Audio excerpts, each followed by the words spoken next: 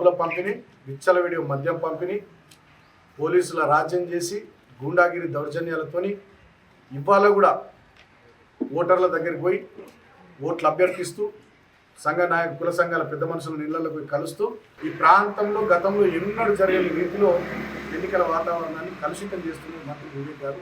నేను ఎన్నికల కమిషన్ను మీడియా ద్వారా కోరుతా ఉన్నా, అధికారులను కూడా కోరుతా ఉన్నా, ఫెయిర్ ఎలక్షన్ జరగాలి, ట్రాన్స్పరెంట్గా ఎలక్షన్ జరగాలి, రాజ్యాంగానికి లోబడి చట్టాలకు లోబడి ఇక్కడ ఎన్నికలు ఈ ప్రాంతంలో ముఖ్యంగా ఈ జిల్లాలో నిర్వహించే విధంగా చొరవ తీసుకోవాలి.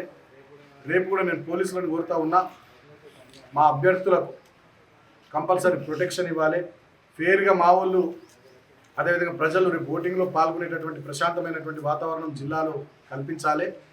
లేకపోయినట్లయితే వాళ్ళు దాడులకు దిగినా, దౌర్జన్యాలకు దిగినా, ఏం చేసినా ఇక్కడ ఏదైనా అశాంతి చెలరేగితే జిల్లాలో కానీ చిత్తూరు మున్సిపాలిటీ, కేతన్పల్లి మున్సిపాలిటీలో కానీ ప్రధానమైనటువంటి బాధ్యత పోలీసులదే అవుతుంది, ప్రభుత్వ పెద్దలు అధికారులదే అవుతుంది. అధికారులంతా మీరు ఇప్పుడు మంత్రి కింద ఉండరు, మీరు ఎమ్మెల్యే కింద ఉండరు, మీరు ఎన్నికల కమిషన్ కింద ఉంటారు.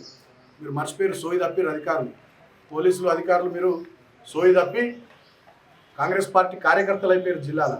మీ అనుభవం అంతా కూడా ఇవాళ కాంగ్రెస్ పార్టీకి దాసోహం అవుతుంది. ఆలోచించుకోవాలి అధికారులు. నేను అందరిని అంటలేను, కొంతమందిని ఎవరైతే కాంగ్రెస్ పార్టీకి ఊడిగం చేస్తున్నారో పోలీసులు కానీ అధికారులు కానీ వాళ్ళని అంటున్నారు, అందరిని అంటలేను నేను. అటువంటి బంద్ చేయండి. ఫెయిర్ ఎలక్షన్ జరిగేటట్టుగా, ప్రశాంతమైనటువంటి వాతావరణంలో ఎన్నికలు జరిగేటట్టుగా జిల్లా పోలీస్ యంత్రాంగం కానీ అధికార యంత్రాంగం కానీ చొరవ తీసుకోవాలి.